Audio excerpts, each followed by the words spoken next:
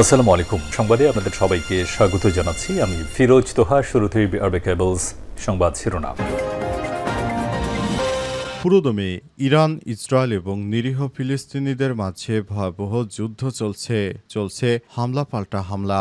এরই মাঝে আমাদের হাতে এসে পৌঁছেছে এই যুদ্ধের সর্বশেষ গুরুত্বপূর্ণ সবথেকে তাজা আপডেট সংবাদ আপনাদের জানিয়ে দিব। প্রথমে জানাবো ৬ সপ্তাহে ইসরায়েলি হামলায় ত্রাণ নিতে যা প্রায় ৮০০ জন নিরীহ ফিলিস্তিনি নিহত। গাজায় ত্রাণের অপেক্ষায় থাকা ফিলিস্তিনিদের উপর নির্বিচারে গুলি চালাচ্ছে ইহুদিবাদী ইসরায়েল। গত ৬ সপ্তাহে ইসরায়েলি বাহিনীর গুলিতে ত্রাণের অপেক্ষায় থাকা প্রায় ৮০০ জন নিরীহ ফিলিস্তিনি নিহত হয়েছে। এদিকে বেশ কিছু সূত্র আল জাজিরাকে জানিয়েছে, গাজা উপত্যকায় আজ ভোর থেকে ইসরায়েলি বাহিনীর অভিযানে ১৭ জন ফিলিস্তিনি নিহত হয়েছে। এরপর জানাবো ইসরায়েলের সঙ্গে সংঘাতের পর ইরানকে নিয়ে আরব দেশগুলোর মনোভাব কেমন। ইহুদিবাদী ইসরায়েল ইরানে হামলার পর ইরানও পাল্টা প্রতিক্রিয়া গড়ে তোলে। অবস্থায় ইহুদিবাদী ইসরায়েল কোনো উপায়ন্তর না দেখে অবশেষে যুদ্ধবিরতিতে হাতে পায়ে ধরতে শুরু করে ইরান অবশেষে তাদেরকে যুদ্ধবিরতিতে সম্মতি দিয়েছে। তবে ইরানের শক্তিমত্তা দেখে আরব দেশগুলো এবার ইরানের সঙ্গে বন্ধুত্বের হাত বাড়িয়ে দিয়েছে। এ বিষয়ে গুরুত্বপূর্ণ সংবাদ জানাবো, সঙ্গেই থাকুন। এবারে জানাবো জাতিসংঘের পরমাণু শক্তি সংস্থার সঙ্গে সহযোগিতায় ইতিবাচক সাড়া ইরানের পররাষ্ট্রমন্ত্রীর। কিছুদিন আগে ইরানের সর্বোচ্চ পর্যায়ের থেকে ঘোষণা আসে জাতিসংঘের আন্তর্জাতিক পরমাণু শক্তি সংস্থা IAEA-এর সঙ্গে সহযোগিতা সম্পর্ক রাখবে না তেহরান। তবে সম্প্রতি ইরানের পররাষ্ট্রমন্ত্রী আব্বাস আরাকচি বলেছেন, সংস্থাটির সঙ্গে তাদের সহযোগিতা অব্যাহত থাকবে, কিন্তু তা হবে নতুন রূপে। খবর আনাদুলুর। এদিকে ইউক্রেনের শান্তির পথে জেলেনস্কিকে প্রধান বাধা হিসেবে দেখছেন ডোনাল্ড ট্রাম্প। মার্কিন প্রেসিডেন্ট ডোনাল্ড ট্রাম্প রাশিয়ার সাম্প্রতিক সমালোচনা সত্ত্বেও ইউক্রেনের নেতা ভ্লাদিমির জেলেনস্কিকে সংঘাত সমাধানের পথে প্রধান বাধা হিসেবে বিবেচনা করে চলেছেন। সূত্রের বরাত দিয়ে আজ ফাইন্যান্সিয়াল টাইমসে এই তথ্য নিশ্চিত করা হয়েছে। ট্রাম্প বলেছেন, এই যুদ্ধের পেছনে সবথেকে বড় ভূমিকা রেখেছে জেলেনস্কি। তিনি এই যুদ্ধটি বাঁধিয়ে রেখেছেন। এবং সর্বশেষ জানাবো সোহাগ হত্যাকারীদের চিহ্নিত করার দাবি মির্জা ফখরুলের। পুরান ঢাকায় মাথা থেতলে হত্যাসহ কয়েকটি ঘটনায় অতি দ্রুত তদন্ত করে প্রকৃত অপরাধীদের চিহ্নিত করার দাবি জানিয়েছে বিএনপির মহাসচিব মির্জা ফখরুল ইসলাম আলমগীর। আজ রাজধানীর গুলশানে হোটেল লেকশোরে ছাত্রদলের এক অনুষ্ঠানে সব দাবি করেন তিনি। এর আগে মির্জা ফখরুলের ভাইয়ের উপর হামলা হয়েছে। মির্জা ফখরুলের ভাইয়ের গাড়ি ভাঙচুর করা হয়েছে। ঠাকুরগাঁয় বালিয়াডাঙ্গি উপজেলা বিএনপির দ্বিবার্ষিক কাউন্সিলের ফলাফল ঘোষণাকে কেন্দ্র করে বিএনপির মহাসচিব মির্জা ফখরুলের ছোট ভাই ও জেলা বিএনপির সাধারণ সম্পাদক মির্জা ফয়সাল আমিনের উপর হামলা ও গাড়ি ভাঙচুরের ঘটনা ঘটেছে। প্রিয় দর্শক, এতক্ষণ শুনছিলেন সংবাদ শিরোনাম, এবারে বিস্তারিত। তবে তার আগে বন্ধুরা, অনুরোধ থাকবে এই সংবাদটিতে একটি লাইক দিন।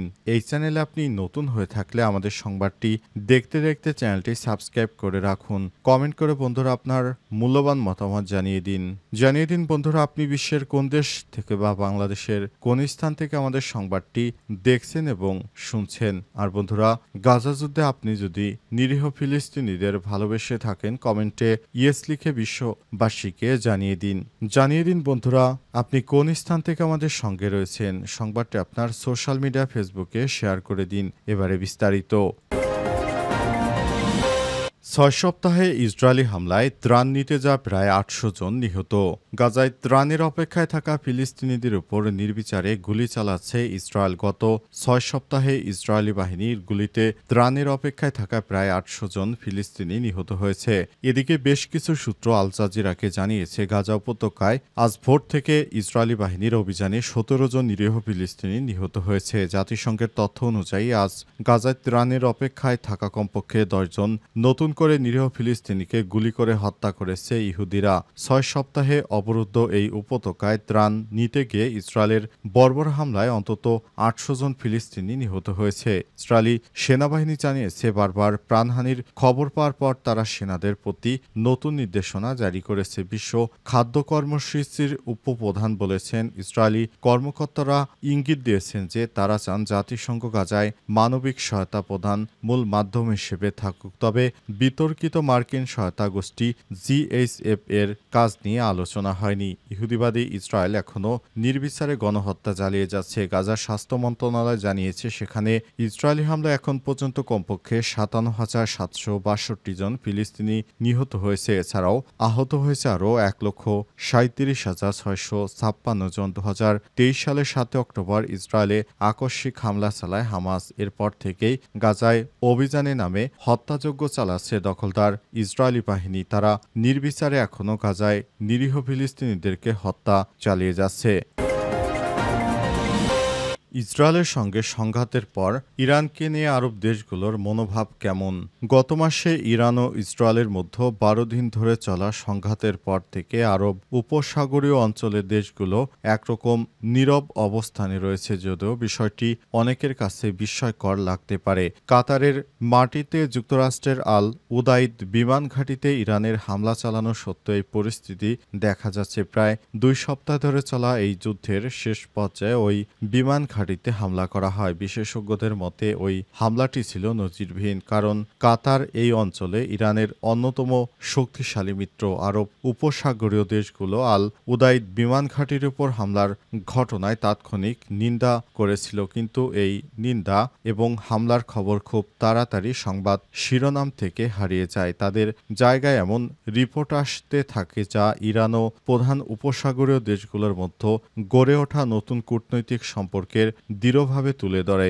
ইসরায়েল ইরান সংঘাতে শেষ হওয়ার পর সংযুক্ত আরব আমিরাতের কূটনৈতিক উপদেষ্টা আনোয়ার গারগাশের পক্ষ থেকে উপসাগরীয় অঞ্চল থেকে একটি গুরুত্বপূর্ণ বিবৃতি আসে। তিনি টুইটারে লিখেছেন, ইরানের বিরুদ্ধে ইসরায়েলের হামলার ক্ষেত্রে উপসাগরীয় দেশগুলো দৃঢ় এবং কার্যকর অবস্থান নিয়েছিল। তা সত্ত্বেও ইরান ভ্রাতৃপ্রতিম দেশ কাতারের সার্বভৌমত্বের উপর আক্রমণ করেছে, যা আমাদের সবাইকে প্রভাবিত করেছে। তিনি আরও বলেছেন, যেহেতু এই অঞ্চলে যুদ্ধ শেষ হয়েছে, এখন উপসাগরীয় প্রতিবেশীদের সঙ্গে আবার আস্থার সম্পর্ক স্থাপন দায়িত্ব মূলত ইরানের।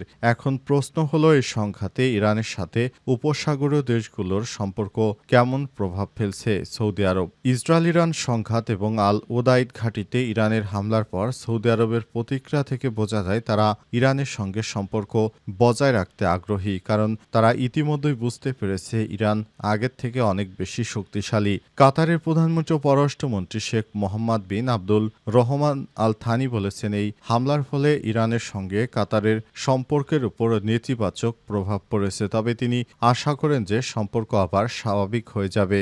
সংযুক্ত আরব আমিরাত, যাদের ইসরায়েল ও ইরান দুই দেশের মধ্যে সম্পর্ক রয়েছে, তবে তারা কাতারে হামলার পরই নিজেদের আকাশ বন্ধ করে দিয়েছিল, যাতে করে ইরান তাদের উপর হামলা চালাতে পারে। এই ভয় থেকেই তারা এটি করেছিল। জাতিসংঘের পরমাণু শক্তি সংস্থার সঙ্গে সহযোগিতায় ইতিবাচক সাড়া ইরানের পররাষ্ট্রমন্ত্রীর। কিছুদিন আগে ইরানের সর্বোচ্চ পর্যায় থেকে ঘোষণা আসে জাতিসংঘের আন্তর্জাতিক পরমাণু শক্তি সংস্থা IAEA এর সঙ্গে সহযোগিতার সম্পর্ক রাখবে না তেহরান। তবে সম্প্রতি ইরানের পররাষ্ট্রমন্ত্রী সৈয়দ আব্বাস আরাকচি বলেছেন, সংস্থাটির সঙ্গে তাদের সহযোগিতা অব্যাহত থাকবে, কিন্তু তা হবে নতুন রূপে। খবর আনাদুলোর জাতীয় স্বার্থ সংরক্ষিত থাকলে আমেরিকার সঙ্গে তেহরান আলোচনা ইচ্ছুক বলেও জানান তিনি। সংবাদ সংস্থা তাসনিম নিউজের খবরে বলা হয়েছে, আজ ইরানের পররাষ্ট্রমন্ত্রী সৈয়দ আব্বাস আরাকচি বলেছেন, আন্তর্জাতিক পরমাণু শক্তি সংস্থার সঙ্গে তেহরানের সহযোগিতা থামবে না, বরং ইরানের পারমাণবিক স্থাপনায় নিরাপত্তা নিশ্চিত করার জন্য এই সহযোগিতা একটি নতুন রূপ হবে। তেহরানের বিদেশি মিশন প্রধানদের সঙ্গে এক বৈঠকে আরাকচি জোর দিয়ে বলেছেন, তেহরানের কাছে যুক্তরাষ্ট্র থেকে আলোচনার পুনরায় শুরু করার ইচ্ছা প্রকাশ করে অসংখ্য বার্তা এসেছে। ইরানের জনগণের স্বার্থ এবং সুবিধা সুরক্ষিত থাকলে আলোচনায় কোনো ভয় বা দ্বিধা নেই তেহরানের। তেহরান শান্তিপূর্ণ আলোচনা চায় এবং সুষ্ঠু একটি সমাধান চায়।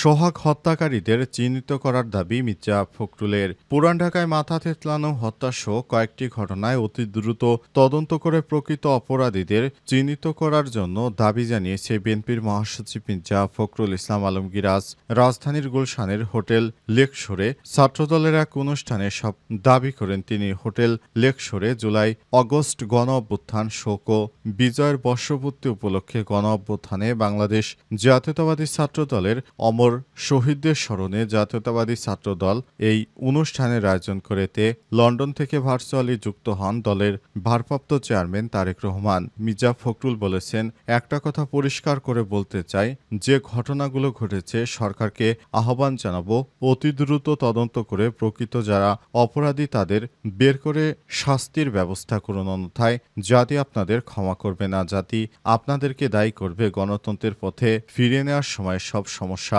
তৈরি করার জন্য। অথচ বিএনপি নেতাকর্মীরা এই হত্যাকাণ্ড ঘটিয়েছে। বিএনপি নেতাকর্মীরা এই ধরনের হত্যাকাণ্ড ঘটিয়েছে, অথচ তারা দায় দিতে চায় অন্তর্বর্তীকালীন সরকারের উপর। এর আগে বিএনপি ছাত্রদলের নেতাকর্মীরা একটি অপরাধ করে তারপর সেটি শিবিরের উপর দায় দিতে চেয়েছিল। বিষয়টি ভাইরাল হওয়ার পর সারা দেশব্যাপী বিএনপির ভাবক্ষুণ্ণ নষ্ট হয়। এরপরও বর্তমানে বিএনপির উপরে যে ধরনের সমস্যা বিএনপি নেতাকর্মীরা তৈরি করেছে তার পুরোপুরি দায়ভার এবার বিএনপি দিতে চায় সরকারের উপরে। তার মানে অপরাধ করবে বিএনপি আর সমস্ত দোষ সরকারের। আজীব একটা তামাশা শুরু করেছে বিএনপি। এই ধরনের কর্মকাণ্ড থেকে বিএনপিকে অবশ্যই বের হয়ে আসতে হবে, তা না হলে তারা যে ধরনের কর্মকাণ্ড শুরু করেছে ইতিমধ্যেই বিএনপির মহাসচিব মির্জা ফখরুল ইসলাম আলমগীরের ভাইয়ের উপর হামলা হয়েছে এবং তাকে চরম ধোলাই দিয়েছে ছাত্র জনতা। নতুন করে যদি এই ধরনের কর্মকাণ্ড শুরু হয় তাহলে সেটিও বিএনপির জন্য খুবই খারাপ হবে। তারা বুঝতে পারছে না তারা কি ধরনের অপরাধকে আশ্রয় প্রশ্রয় দিচ্ছে। তারা যেভাবে সারা দেশব্যাপী তারা চাঁদাবাজি দখলবাজি শুরু করেছে সেটি কোনোভাবেই এদেশের সাধারণ জনতা মেনে নেবে না। তারা চাঁদাবাজি থেকে যদি বের না হতে পারে তাহলে আগামীতে বিএনপির জন্য খুব দুঃখ অপেক্ষা করছে।